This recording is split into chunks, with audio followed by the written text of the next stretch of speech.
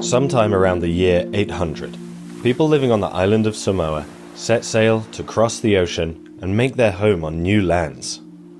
This would set in motion one of the greatest periods of exploration in human history. Over the next 500 years, their descendants would travel thousands of kilometers across open ocean, reaching the remotest islands in the Pacific. In order to do this, the Polynesians became experts at sailing, constructing double-hulled voyaging canoes, familiarizing themselves with every possible navigational technique, keeping alive mental maps of far-off lands, eventually covering an area bigger than any country on Earth. But did they travel even further? Did they sail all the way to the Americas? For 300 years, Western science has debated this question ever since Europeans arrived in the region and found the sweet potato, a plant native to the Americas, being grown widely. Today, with the help of geneticists Andres Moreno Estrada and Alexander Ioannidis, we're going to look at this question not from the perspective of archaeology, but DNA. Is there a genetic connection between Polynesians and Native Americans? Is there a genetic trace of one of the greatest voyages in human history?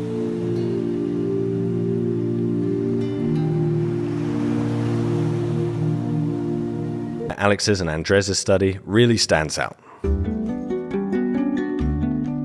The study that Alex and Andres worked on, Native American gene flow into Polynesia predating Easter Island settlement, has the most genetic data of any study so far. 807 individuals from 17 Pacific islands and 15 coastal Native American groups.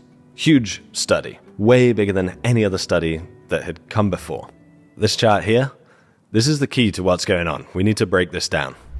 Each line on this chart is a person that participated in this study, and the colors represent different ethnic groups, different heritages on a large scale, continent-wide scale.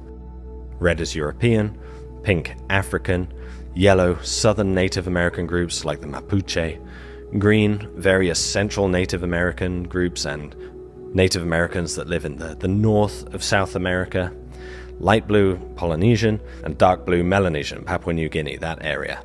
Like each individual is a vertical line, and then the height of each color bar is the proportion of ancestry estimated from each of the sources. When you see a line like this with mixed colors, it indicates someone has mixed ancestry. So this line, for example, is a person from Colombia.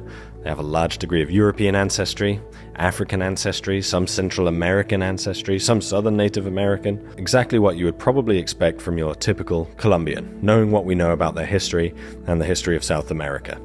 You might wonder why Native Americans get two colors and everyone else gets one. That's really important for this study. So we started by at least differentiating very clearly two indigenous components. One, kind of the Central American one that we represented here in green, and kind of the Chilean component, if you want, or the South American one, which is the one in orange. As I mentioned, Rapa Nui is now a region of Chile, and it has been since 1888. And even before that, Peruvian slave raiders really decimated the population of the island in the 1860s. It's a terrible human cost was paid by the people of Rapa Nui, but truly, in the history of the world and in the culture of the world, suffered a massive blow.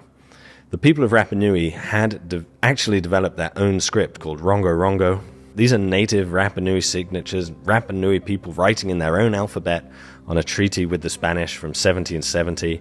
This is a tablet with loads of writing on. It's just incredible. Like, a truly indigenous development of writing has happened so few times in human history, a truly novel and new development of writing. Sadly, for the people of Rapa Nui and the whole world, everyone who could read Rongo Rongo died in captivity in Peru. As I was saying, it's really important to separate any Native American genetic input from the 19th century from anything else earlier in history. As you can see, many people on Rapa Nui have a high degree of Chilean ancestry, and this ancestry correlates to European ancestry well. You can see the red and yellow lines. As the yellow goes up, the red goes up too. This really strongly suggests that this native ancestry is being introduced by people of mixed European and native ancestry, and is therefore obviously not pre-European contact. This is coming from that 19th century contact. It also varies a lot. You can see some people have a lot, some people have a little. This is another strong signal that this input happened relatively recently. Because when you have recent introgressions, you can imagine migrants that come, all of a sudden right now, today, if I had a Japanese, population coming into Mexico, those chromosomes looking, station will be of, very long blocks into Mexican populations. And then you would observe them as a very high proportion in ancestry. And then it goes down as time goes by. So no surprise that people on Rapa Nui have this strong signal of contact with Chile. That's not going to be a surprise. But the key is this green line. This green line, that's the key to this whole thing. Green, green, green. But what is important here that you see that the green component, it's actually present in several islands, not only in Rapa Nui. So that's kind of the first observation, that it's also present in the Marquesas, also some of the Tuamotu archipelagos like the Palliser and Mangareva, for example. This green signal of ancestry could not have been introduced at the same time as that yellow Mapuche signal from Chile. Can't have happened at the same time. But what we were able to tease apart is that signal seems to be independent from the green component that stays stable across individuals, not only within Rapa Nui, but you can see also in the other islands that doesn't change that much in terms of the height of the bar, meaning that this is not something that recently got into the population. So when you have these fluctuations in some individuals having a lot and some others smaller, it tells you that it's a recent movement of people from that ancestry. But when it's stable, that means that enough time has already passed in that population, so that recombination, when it kind of cuts down DNA, in every generation, that component has been somehow homogenized already in all individuals that share that ancestor, and is no longer something happening very recently. It would be impossible for people on Rapa Nui and other Pacific islands involved in this study. It would be impossible for them to not pass on this ancestry.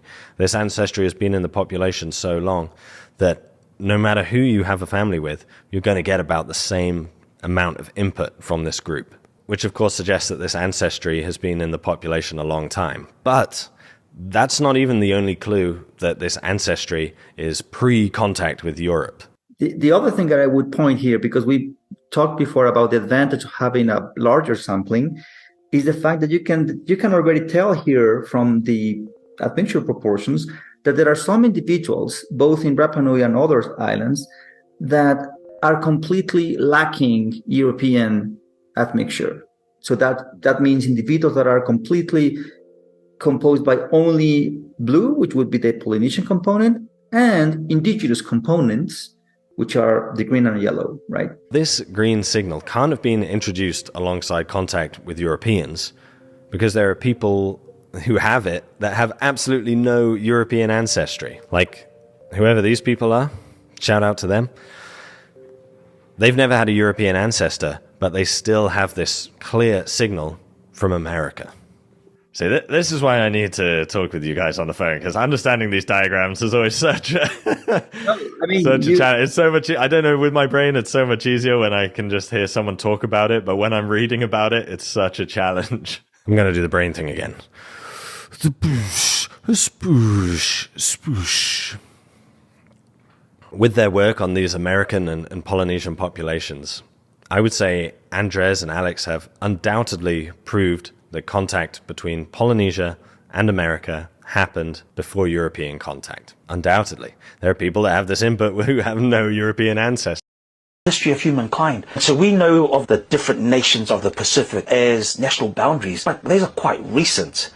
Long before this whole concept of national boundaries existed, we were one people. Captain Cook talked about in Europe, you could cross a national border in one day and hear a completely different language. And yet he's out in the Pacific for 6 years, and the language that's spoken up Hawaii is the same language spoken in Rapa Nui, same language spoken in Aotearoa, and everywhere in between. And the place that we occupy is 1/3 of the world's global surface.